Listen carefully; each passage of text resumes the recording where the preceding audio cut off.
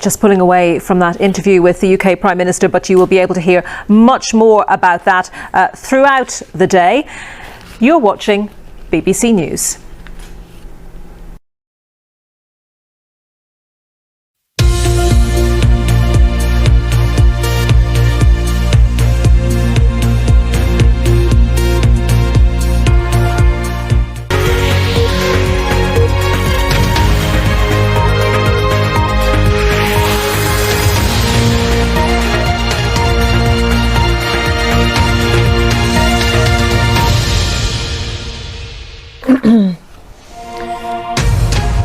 You're live with Lucy Hockings on BBC World News. Novak Djokovic is free to play tennis in Australia for now.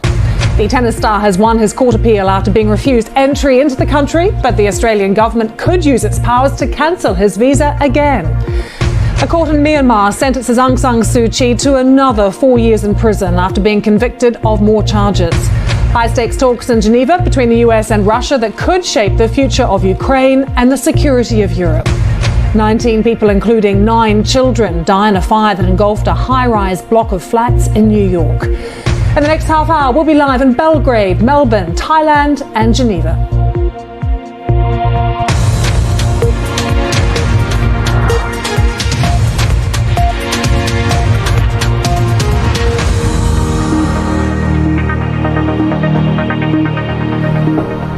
Novak Djokovic has won his court battle to stay in Australia and defend his Grand Slam title, but ministers have threatened they might exercise powers to cancel his visa anyway. There are reports of a police presence at the office of his lawyers in Melbourne.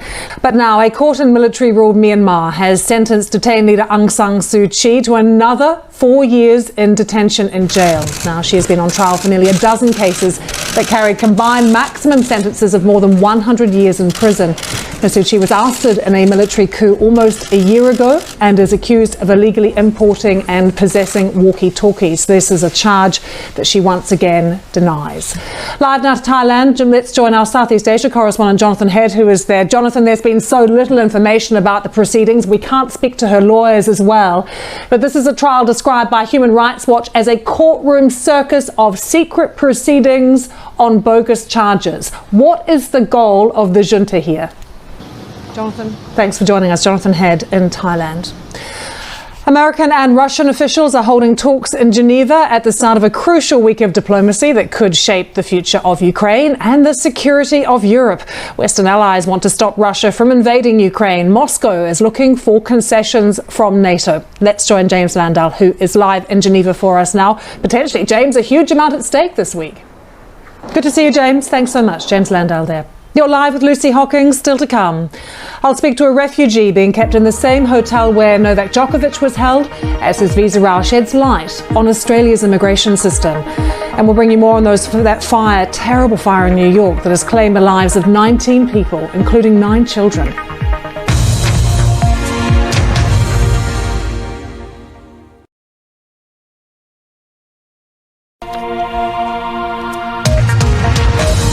You're live with Lucy Hockings. While waiting for his court hearing, Novak Djokovic spent 4 nights at Park Hotel in Melbourne with about 30 people who are claiming asylum. Australian media has reported recently on the very poor conditions at the hotel, and some of those people have been there for a very long time. Among them is Mehdi Ali, originally from Iran. He spent 9 years in several Australian detention centres, including some months at Melbourne's Park Hotel, and he joins me now from there. Mehdi, thank you so much for agreeing to talk to us. What are conditions like for you in the hotel? What is life like? Yeah, I understand. Mehdi, we really appreciate you taking the time to talk to us. Thank you for joining us. Mehdi Ali. So much. At least 19 people, including 9 children, have died after a fire in a New York apartment building. Another 32 were sent to hospital with life-threatening injuries. The fire, which began on the 19th floor of a residential building in the Bronx, is thought to have been caused by a portable electric heater. Neda Tawfiq has more. Kazakhstan's president says last week's unrest was caused by an attempted coup. It says Russian President Vladimir Putin says militants trained in foreign terrorist camps and they were behind the violence that erupted in recent days. President Putin added troops in Kazakhstan were legitimate and would stay until President Tokayev thought they were needed.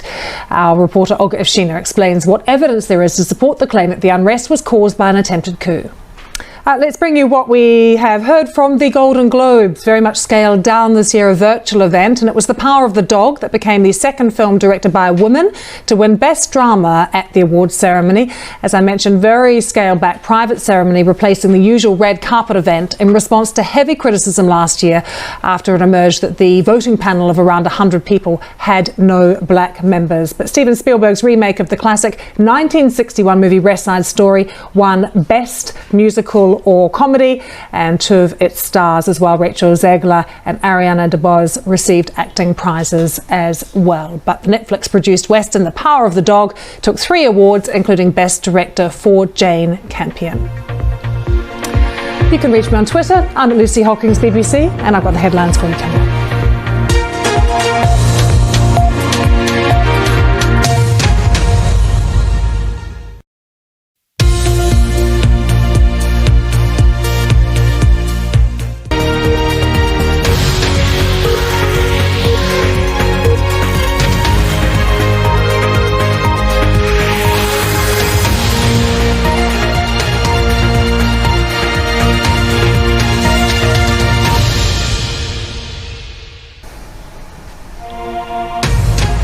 You're live with Lucy Hockings on BBC World News. Novak Djokovic is free to play tennis in Australia for now. The tennis star has won his court battle after being refused entry into the country, but the Australian government could use its powers to cancel his visa again. His supporters gather in Melbourne. We'll ask how likely it is they'll get to see him defend his Australian Open title. New York is in shock after 19 people, including 9 children, are killed in an apartment block fire in the Bronx. Myanmar's ousted leader Aung San Suu Kyi is jailed for another 4 years as the military tries to strengthen its grip following last year's coup. And suppose they had an awards ceremony and no one came. We'll look at what happened when Hollywood turns its back on the big night at the Golden Globes. In the next half hour, we'll be live in Melbourne, Kiev and Almaty in Kazakhstan.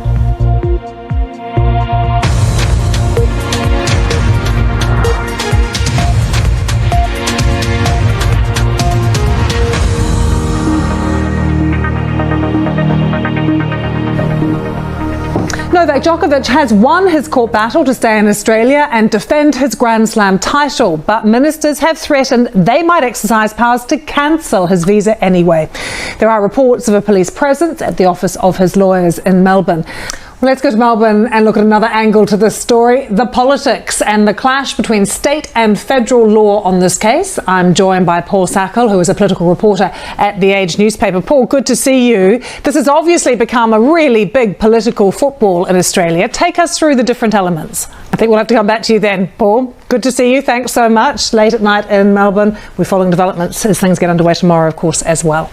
At least 19 people, including 9 children, have died after a fire in a New York apartment building. Another 32 people were sent to hospital with life-threatening injuries. The fire, which began on the 19th floor of a residential building in the Bronx, is thought to have been caused by a portable electric heater.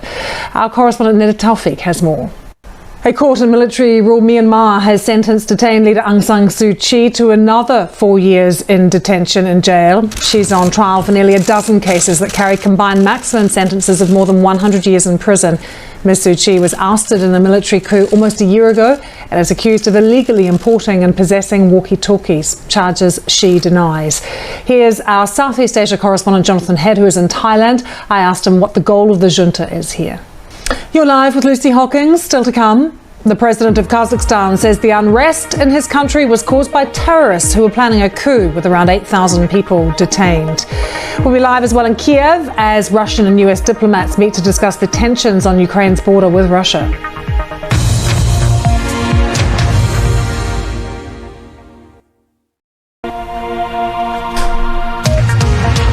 You're Live with Lucy Hockings. Kazakhstan's president said last week's unrest was caused by an attempted coup. It's as President Putin says militants trained in foreign terrorist camps and they were behind the violence that erupted in the country in recent days. He added that troops in Kazakhstan were legitimate and would stay until Kazakhstan's president Djokovic thought they were needed. But President Putin drew a distinction between those initially involved in the gas price protest and those involved in the violence in cities like Almaty. American and Russian officials are holding talks in Geneva at the start of a crucial week of diplomacy that could shape the future of Ukraine and the security of Europe. Western allies want to stop Russia from invading Ukraine, but Moscow is looking for concessions from NATO. Our diplomatic correspondent James Landau has been telling me more from Geneva.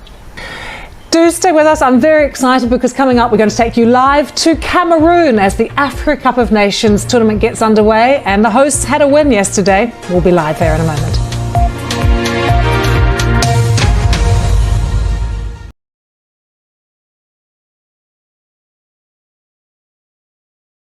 If you've got questions about the stories making headlines, Reality Check is here to help you get the facts straight.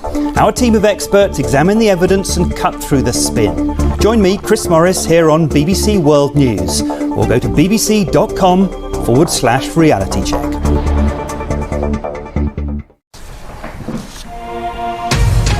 You're live with Lucy Hockings on BBC World News. Novak Djokovic is free to play tennis in Australia for now. The tennis star has won his court case after being refused entry into the country, but the Australian government could use its powers to cancel his visa again. His supporters are in Melbourne. We'll be asking how likely it is that they'll get to see him defend his Australian Open title. The cows that have become an election issue. How will people in India react to plans to change the way the wild herds are treated? And could you come up with a meal fit for a monarch? We'll explain why Queen Elizabeth's Platinum Jubilee will put a premium on a pudding. In the next half hour, we'll also be live in Cameroon with the latest from Africa's Cup of Nations.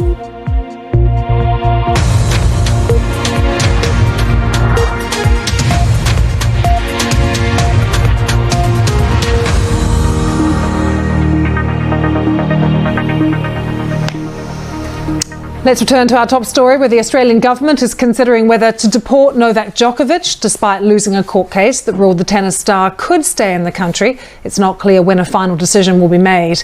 Earlier, a judge ruled that Mr Djokovic could remain in Australia and play in the Open because border officials had treated him unfairly when he arrived in Melbourne.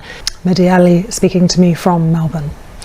India's most populous bellwether state, Uttar Pradesh, with a bigger population than Russia, is set to go to the polls in the next couple of months. However, a unique problem appears to be turning into a big election issue. Stray cows eating up farmers' crops, and in some instances, even a deadly threat to humans. Nitin Srivastava reports. This year promises to be a memorable one for the British monarch, Queen Elizabeth, as she celebrates an unprecedented 70 years on the throne. While the Jubilee celebrations are kicking off now in a very British way with the launch of a competition to find a royal dessert, or more precisely, a platinum pudding. Here's our royal correspondent, Nicholas Witchell. Do stay with us here on BBC World News still to come. We'll take you live to Cameroon, where the Africa Cup of Nations has already given the home fans plenty to cheer about.